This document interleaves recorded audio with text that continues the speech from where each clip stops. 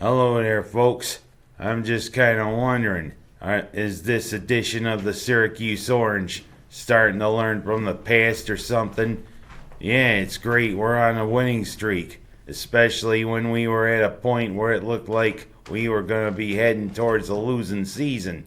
But I'm kind of wondering, years ago it was the cardiac Cuse. Now it seems to be the son of the cardiac Cuse, as it seems as though they like to build up nice leads and then have them evaporate to where we gotta fight for our lives. That's what happened the last two games. First against Notre Dame out in South Bend, then against Pittsburgh in the Dome.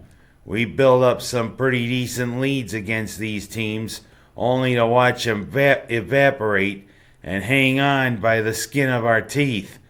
Oh, wait a minute, that's enamel, not skin. Oh well. Hard enamel. Well, I digress. Yes, a big win in South Bend to avenge the loss in the Dome when we played Notre Dame earlier this year. And then we led Pittsburgh by 20, let them get to within 3, but then emerged with an 8-point victory over Pittsburgh.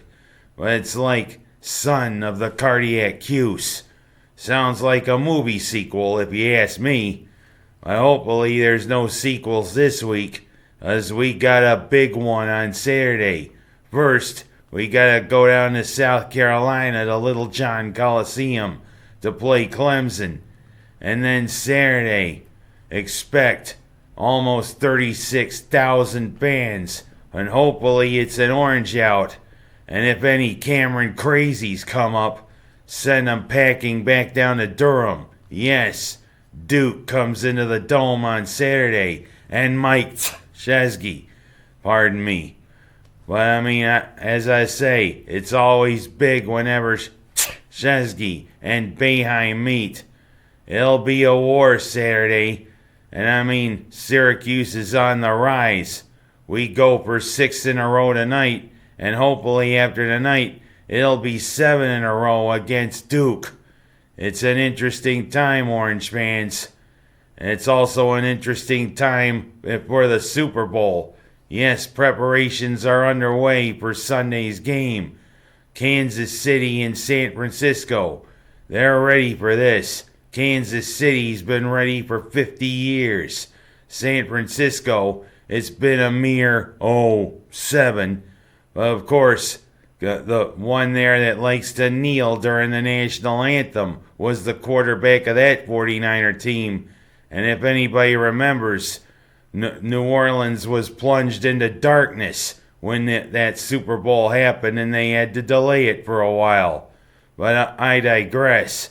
Baltimore wound up beating Colin Kaepernick, the traitor, and San Francisco that year. But for Kansas City, I went on Facebook, I put the video up of Super Bowl IV. Because you know what? That's the Super Bowl film I always like to watch, especially with Hank Stram being mic'd up. He was the first coach or player to be mic'd up in that way. And it's always an entertaining film to see him do his job, and also some of the quips he came up. Well, you know what? I'm just going to say this. Hey, Kansas City, just keep matriculating the ball down the field, boys. Yeah. Well, Richard Sherman, look at that. He didn't know where to go. He was just walking around there like it was a Chinese fire drill. And also, I mean, especially if they have a 65 toss power trap going like this. Yeah! 65 toss power trap, yeah! I don't know if Andy Reid's gonna act like Hank Stram. Hank Stram was one of a kind. But it'll be interesting. And there I kind of dropped a hint who I want to see win on Sunday. Yeah, Kansas City, it's been 50 years. Honor Hank Stram. Honor all the others like Bobby Bell, Buck Buchanan, and other Chiefs great of the past. Hopefully Kansas City can emerge victorious. We'll see what happens Super Bowl Sunday. And I'm going to go from talking about the Super Bowl into a somber bit. Yeah, the world and everybody lost a great icon. Kobe Bryant dying in that crash. Kobe Bryant was one of a kind, one of the best basketball players ever. And I have to say, even though I kind of went away from watching the pro game, I admired what the guy did. I admired the leadership that he showed on the court and in life. And his daughter wanted to play for Gino Auriemma in UConn. Well, I almost want to say, what about Quentin Hillsman in Syracuse? But I digress. That was a great loss, not only for basketball, but for around here. John Altobelli, his wife, and his daughter, who is the son of Joe Altobelli, a Rochester baseball legend. Yes, there's a statue at Frontier Field of Joe Altobelli, and Altobelli parlayed that into a couple of managerial jobs, including with Baltimore in 1983, leading them to a World Series title. And I mean, that Baltimore team had some great stars on it. Cal Ripken, Eddie Murray, excuse me, I almost said Murphy. Why would an actor be playing baseball? Oh well. Well, whatever. See you later, Kobe Bryant. You were a great one. And I'm also going to go from a somber note to an angry note. There was an incident in Rochester this past weekend. Looks as though it seems to be open season on Rochester police officers. Yeah, another one was stabbed in the face, on the heels of what happened 3 months ago, when that officer was stabbed in his eyes and in the face. He's probably going to be left permanently blind as a result of this. You know what?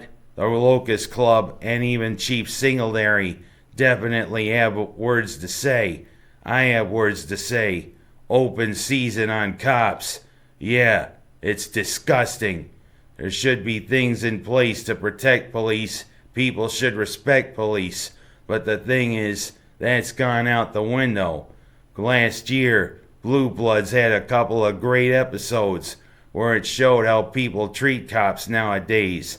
They taunt them, tell them to get out of here. Hey, you don't belong here.